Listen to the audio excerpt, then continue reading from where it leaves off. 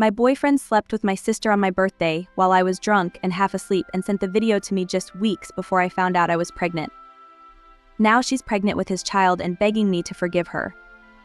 My sister Lana, 32, and I, 31, have never really gotten along.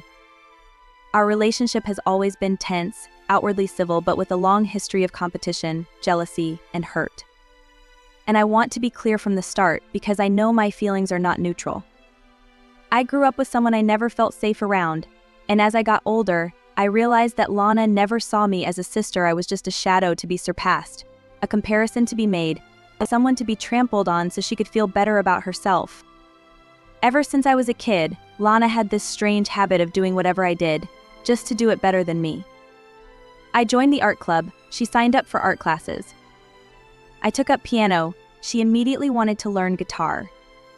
I took up track and field, she joined the team and said she would beat my record. At first I thought it was just a sisterly thing, that she was looking for herself. They reprimanded her, they sent her to therapy, but nothing ever changed. She never acknowledged her jealousy, she just continued to live with it, to feed it, to let it grow into a toxic pattern that I had to live with every day. As a teenager, getting ready for school was a psychological battle.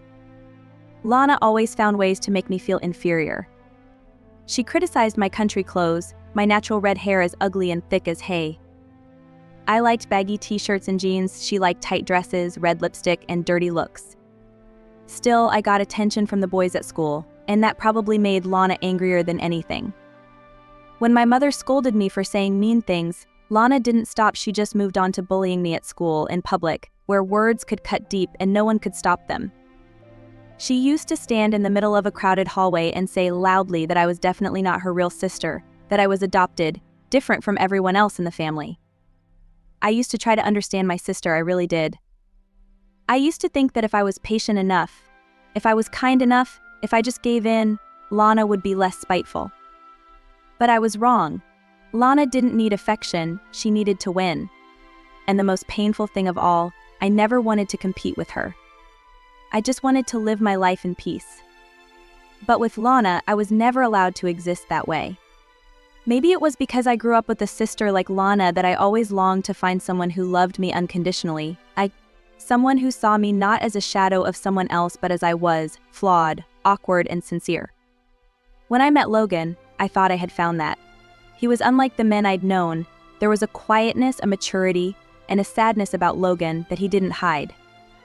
I learned about his past early on, the loss of his father at a young age, the years he'd spent supporting his younger brother, and the heartbreak that had made him distrustful of easy love. But maybe that's why I felt like I saw him more clearly than anyone else. And he did too, at least I believe so. We started to get to know each other slowly, little by little. Logan wasn't the type to say sweet words or make big gestures. He showed his affection through his presence, through the way he showed up when I needed him, the way he listened to me tell him about the traumas with Lana that no one else wanted to hear. He said I was the first person he felt he could open up to, and I thought I had found a home. We were together for almost 3 years, and during that time I truly believed that I was in a love that was healthy, peaceful, and deep enough to overcome any challenge. We went through a lot of difficult times together, from the days when he had to take care of his brother who was terminally ill, to when I lost my job due to a corporate restructuring. Logan didn't leave when I was upset, he didn't judge me when I became quiet or irritable because of stress. He held me close, took me to my mother's house when I said I missed the safety of my childhood. He moved in with me, shared the housework, offered to help me fix my old desk, cooked dinner when I was late. Neither of us was perfect, but our bond made me believe that if we were together we could get through anything. When I found out I was pregnant, it wasn't planned. We hadn't talked about children seriously, we were both focused on our careers and not thinking about parenthood. But when I told him the news, Logan didn't run away. He was shocked. I could see it. But then he squeezed my hand and said, "If it's yours and mine, I'll learn how to be a good father." That simple statement made me believe I wasn't alone. I started going to regular checkups, reading parenting books, adjusting my work schedule. Logan did the same. He took me to my first ultrasound, sat for hours researching how parents can support each other during the prenatal period. After dinner, he put his hand on my belly and asked if the baby had kicked today. We had our moments like that, moments that I thought would set the stage for the rest of our lives. But what I didn't tell anyone at the time was that I had begun to feel something off track. After his brother died, Logan became quieter than usual. He was still by my side, still doing everything on time, still remembering every prenatal checkup, every prenatal vitamin, but I felt like he was drifting. Sometimes he looked at me, but it was as if he was looking past me to another place. I thought it was sadness, a loss that he couldn't name. I didn't want to force him to be strong. I thought if I was patient, if I continued to be by his side, continued to love him like before, he would overcome it. I never thought that, when I was trying to hold on to us, when I was carrying a part of him, he would quietly walk away from that love by betraying me with the very sister who had ruined my childhood. But at that time I didn't know. I still believed that Logan was the safest place I had ever had. I used to think that there were unspoken limits in family relationships, that no matter how bad a relationship was, there would still be things people wouldn't do to each other, especially between siblings. But it turns out that limit doesn't exist with Lana. I used to think that Logan, however broken, however lost, was still kind enough not to betray me when I needed him most. But it turns out he's no different. All my illusions were shattered on my 31st birthday, a day that should have been a simple, warm celebration, surrounded by loved ones. That day I had planned a small party at home, a few close friends, some snacks, some happy music, and I invited Lana, although I had honestly thought long and hard before sending the message. I didn't want to ruin the atmosphere, but I also didn't want to continue being seen as sister shy. And of course I invited Logan, the man I loved, the father of the child growing inside me. Everything went smoothly, or so I thought. Lana came with a somewhat forced smile. Logan was gentler than usual, probably because he knew I was tired from pregnancy and work. I had drunk a little too much, not to the point of losing control, but enough to feel dizzy when everyone left. I excused myself early, told Logan to help me clean up the mess in the kitchen, and went upstairs to bed. I remember saying something like tomorrow will be a better day before I lay down. Those were the last words I whispered to myself in complete confidence. I didn't know that, as soon as I closed the door to my room, the man I loved and my own sister, the two people who had convinced me they were changing, had decided to betray me in the most brutal way possible. I didn't know what they did that night. I didn't know that they'd slept together in my own house while I was sleeping just a wall away. I didn't know until a few weeks later, when I was in the final days of my pregnancy, heavy, exhausted, and struggling with every ache. That day, I woke up from a light sleep to find a text message on my phone. I thought it was the doctor or my mother, someone asking about my health. But no, it was from an unknown number. When I opened it, my whole body froze. It was a video. I almost didn't dare press play, but my hands shook and I did it as if controlled by another force. And then I saw Logan shirtless lying on my living room sofa, and Lana also naked straddling him, facing the camera, smiling. Near the end of the video, Lana looked into the camera and said, clearly, word for word, "Congratulations on being a single mom." I got Logan. I threw up on the spot, not from nausea but from shock, from disgust. I tried calling Logan. He didn't pick up the first time. The fourth time, he sounded as if nothing had happened. When I yelled into the phone, asking him why, he just sighed and said calmly, "I didn't mean to tell you, at least not now. But Lana wanted you to know. It started after my brother's funeral." She comforted me. It was all about emotions. I listened in disbelief. Emotions? While I was carrying his child? While I was struggling with the pain every night, the fatigue and the fears of a mother-to-be, he was sleeping with my sister, the one who ruined my childhood, the one who never blessed me with anything? I hung up, unable to cry, unable to scream. I felt a cold void open up inside me, a void that I later understood was where love had died. I knew right then there was nothing left to hold on to. Not because I didn't love anymore, but because that love had been crushed by the two people I had trusted the most. And what was left after all that was a naked pride, betrayed but not broken. I didn't know what the future would hold. But I knew one thing for sure: they would never have the chance to hurt me again. I don't remember when I pulled out the SIM card and threw the phone into the drawer, but right after the video ended and Lana's voice rang out with that sickly triumphant tone, I felt like someone had punched me in the chest. But instead of collapsing, I just stood there in the bedroom flooded with morning light, my hand still holding the phone, shaking violently. There were no screams, no tears, just absolute silence, the silence of someone who has just witnessed the complete collapse of faith. I thought I would cry, would beg for an explanation. But no, I just felt empty. Maybe that was the point where pain reached its apex, where tears no longer mattered. I deleted Logan's number, blocked all his social media accounts, changed the locks on my house, and removed every photo of him from the frame. Lena, of course she'd been blocked for a long time, but this time, I called my mom and told her everything. I didn't have anything planned, I just put the video on speaker, played it, and let her hear the truth. There was a minute of silence after the video ended. Then my mom said 3 words, "Go home." I knew that voice, the voice of a mother trying to contain her anger to the core. I packed my bags that night and took the first bus home. When I walked in, my mom hugged me without saying a word. My dad stood behind me, his face stiff, his eyes emotionless. I'd never seen him like this.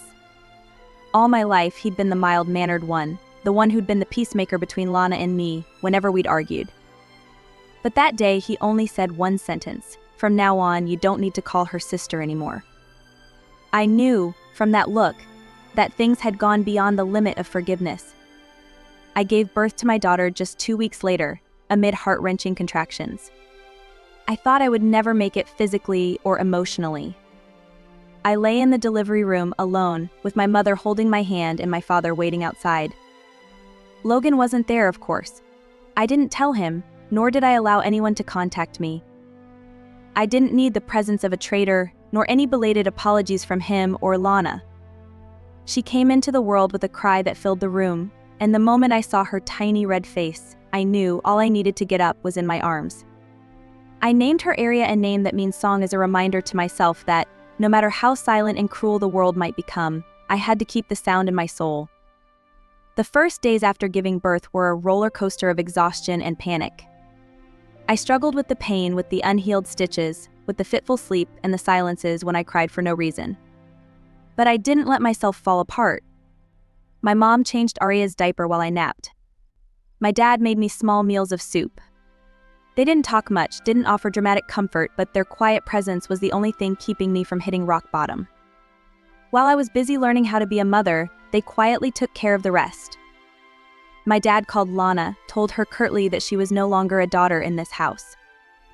My mom deleted Lena's picture from the family album, removed her from the group of relatives. I didn't ask them to do it, but they did. Not because I made them choose sides, but because they finally saw clearly all those years I hadn't been exaggerating. I had been living in a war that no one had ever truly believed existed. I don't know how I was strong enough to get through those days. Maybe it was because of Area, maybe it was because I had nothing left to lose, so the only choice was to move forward. But I know one thing for sure, Logan and Lana, both of them lost their only chance at having me in their lives. There was no forgiveness waiting for them, no comeback, no apology that could heal what they had crushed. I didn't just lose my lover, I didn't just lose the illusion of intimacy. I lost all faith in what was called human limits. But in that loss, I found something I'd never known before, a cold determination, an uncrossable line, and I knew, this time I wouldn't back down. I don't know what moment in those chaotic days marked my transition from victim to agent, but it probably began on Wednesday morning when I sat in my parents' kitchen, Aria in my arms, staring at the screen of my phone, and decided to call a law firm. The woman on the other end of the line was soft and clear, asking me what I needed help with, and I said only one sentence: I want full custody, and I don't want the father to have access unless there is supervision. It sounded harsh, but I knew that for the first time in months, I had truly chosen to stand up for myself. No more tears, no more wondering why they did this to me. Now, I had only one goal: to protect my daughter from the toxic people I had trusted. My lawyer was a woman named Harper, sharp, direct, and fierce. The first time we met, she looked me straight in the eye and said, "You don't have to justify your pain. You're doing it to survive and to live right." I handed over all of Lana's medical records, her texts, and the disturbing videos, and Harper nodded silently when I said I wanted to request full supervision if Logan ever wanted to see the baby. I had no intention of permanently barring Logan, But I also didn't believe that someone capable of such a brutal betrayal could suddenly become a trustworthy father. Harper reviewed the evidence, filed her lawsuit, and scheduled her first hearing. During those weeks, I focused on one thing: getting back to myself. I started writing again, not the long blog posts I used to have, but short notes about my journey as a single parent. I made a small room next to my parents' bedroom to use as a place to work and raise the baby. Arya slept next to me in the crib, and every now and then I would look up at her little face, and I had another reason not to give up. I applied for my old job at the hospital, as an emergency nurse, and luckily my superiors understood my situation. They arranged for me to start working again in my 3rd month postpartum, with a lighter schedule so I could spend more time with my baby. I hired a part-time nanny, an older woman in the neighborhood, a retired nurse, and my mother stepped in when I needed to be rushed. Life wasn't easy, but it was clearer than ever. I was no longer in a relationship where I had to guess each other's emotions every day, no longer waking up in uncertainty, no longer watching Lana's competitive gaze for every breath. Instead, I was tired, busy, but it was a tiredness worth it because it was mine. When the trial began, Logan was there, but unlike his usual calm demeanor, he looked haggard and tired. Harper presented all the evidence: the video, the text messages, his apparent mental instability after his brother's death, and his absence during my pregnancy and childbirth. Logan just sat there, not arguing. When the judge asked if he had anything to say, he mumbled, "I'm sorry, I know I ruined everything." But by then, apologies were meaningless. In the end, the court awarded me primary custody, with Logan receiving supervised visits and a monthly child support order. I didn't feel joy, I didn't feel victory, just a dry sense of relief, as if the door that had kept me trapped in the role of victim had finally been opened. I moved out at the end of that month, renting a small 2-bedroom apartment 15 minutes from my parents' house. The apartment was nothing special, but for the first time I lived in a space where every corner, every paint color, every furniture choice was my decision. I bought a rocking chair and placed it by the window where I used to sit and breastfeed Arya every night. I pasted her cute drawings on the walls, installed white curtains, and planted a few potted plants. A new life begins, not because I have forgotten the old pain, but because I have chosen not to let it control me anymore. And in the quietest moments when I see Arya sleeping peacefully in my arms, I understand I am no longer the one left behind. I am the one moving forward step by step, stronger than ever. My life began to fall into place when Arya turned 8 months old. She rolled over, smiled, and began making incoherent sounds that I jokingly called her way of telling stories. I continued to work full-time, hired a part-time babysitter, and devoted the rest of my time to her. On weekends, my parents would drop by, bringing snacks, a few books for Arya, and a look of pride I'd never seen them give anyone but my daughter. I lived a busy, simple life with no room for the past. Or so I thought, until late one afternoon, while I was breastfeeding Arya, the phone rang from an unknown number. I didn't intend to answer, but a strange feeling made me slip and pick up. And then the voice on the other end of the line froze me for a few seconds. "Claire, don't hang up." "It's me, Lana." I said nothing. I didn't need to. The mere sound of my breathing was enough to let her know that she was not welcome. Lana was silent for a few seconds, then began to pour out a series of words, her voice choked but familiar, as if trying to reenact her old role as the grieving sister in need of forgiveness. She said she had tried to contact me several times but was blocked, that she had to borrow a friend's phone to call, and that this time it wasn't to pick a fight but to ask me to hear the whole story.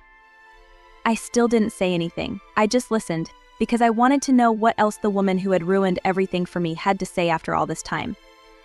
Then finally, Lana said, I'm pregnant. Clay and child. I wasn't surprised. Not at all. Maybe after all that had happened, I had stopped expecting there to be a limit to other people's meanness. But what shocked me wasn't the baby, it was the way she begged me to forgive her because her child needed a family.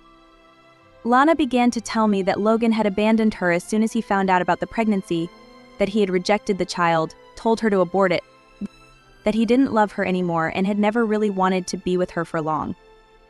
She cried, saying that no one was by her side, that her parents had cut off contact, that her relatives despised her, and that her friends were gradually distancing themselves from her.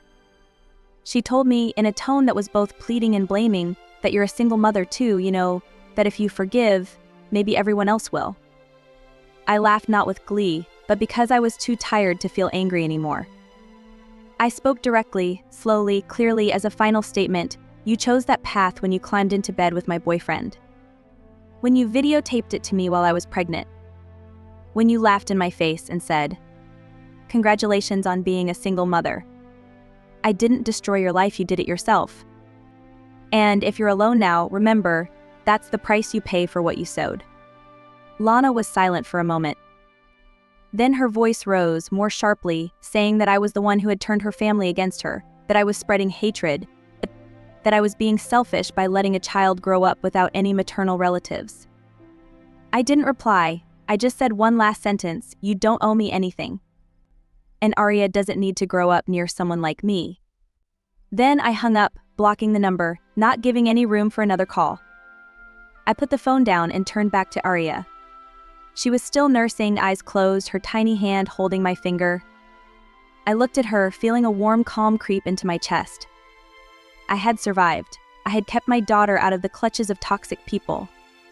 And if the price of peace was never seeing my sister again, I was willing to pay it. Not because I was cruel, but because I had learned that some people don't deserve a second chance, whether they were carrying a life or not. After that last call, I didn't hear from Lana again. I didn't ask, I didn't find out, and I didn't care who had been listening in on my behalf. What I knew came from a fleeting remark my mother made one winter afternoon, when she set a bowl of hot porridge on the table and whispered as if she didn't want anyone but Arya and I to hear, "It's born." I nodded, not asking the sex, not asking the time, not asking if anyone had come to the hospital with her. I didn't need to know.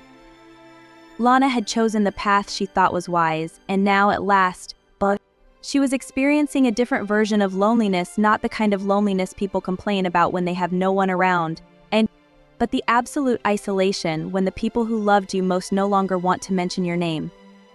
I wasn't happy about it, but I wasn't sad either. I had gone too far to feel anything but indifference for her. My life was settling down in its own way. Arya was growing up like crazy, holding onto the armrests of chairs, saying "mama" when she was hungry or needed to be held. She was the only symphony I needed every day, and I don't say that as a cliché. On nights when Arya was feverish, I stayed up holding her in my arms and realized that the love I once had for Logan had turned into a different kind of endurance, deeper, more real, and without expectation of anything in return. I still went to therapy every 2 weeks. My doctor, a woman who had been a single mother after a betrayal in her marriage, never told me to forgive, nor did she tell me to let go. She just listened. And sometimes that silence is more healing than any advice. I talk about the trauma I still feel the moment I saw that video, the feeling of betrayal by my own flesh and blood, the mornings when I wake up and my heart still aches as if it happened yesterday. I don't hide my anger, nor do I hide the times when I still dream that Logan will come back, apologize, and I forgive. It's not what I want in reality, but the human mind doesn't work like a definitive statement. It's messy, and I've learned not to be ashamed of the wounds I haven't healed. Logan still sends monthly child support, regularly, on schedule, through the account Harper, my lawyer, had arranged. He never calls, never texts, never visits, never asks about the child. The only time my mother told me that Logan's grandparents, Arya's grandmother, had come to send a birthday present, but they didn't mention the sender's name. I opened the box and found a handmade, pale blue dress with a small handwritten note. I hope she grows up without the mistakes of adults. I folded the dress, put it in the drawer, and didn't tell Arya who sent it. She didn't need to carry memories that weren't hers. Logan chose to withdraw from her life, and I respected that, not because I thought he deserved forgiveness, but because I didn't want Arya to grow up with a half-baked father figure, who came and went like the wind. I still lived in our small apartment, still went to work, still took breaks to grab a quick lunch between shifts. But what made me different from Claire a year ago was that I no longer felt like I was living to survive. I was living to raise someone and to raise myself. The broken pieces of me were still there, but they weren't as sharp. I had worn the pain away with each feeding, each waking up in the middle of the night to change diapers, each standing in front of the mirror, looking into my eyes and silently saying, "You've come this far, don't look back." There are mornings when I see sunlight through the curtains, Arya crawling on the floor, and I feel a peace that seems impossible after all that has happened. I wouldn't say I'm completely healed. All I know is that I am no longer the woman who was betrayed on my birthday night. I am Aria's mother. I am the keeper of this little home. And every steady breath of hers is a reminder that, even if the world may collapse once, I can still rebuild it from the smallest things, with my 2 hands, and a heart that has never stopped loving.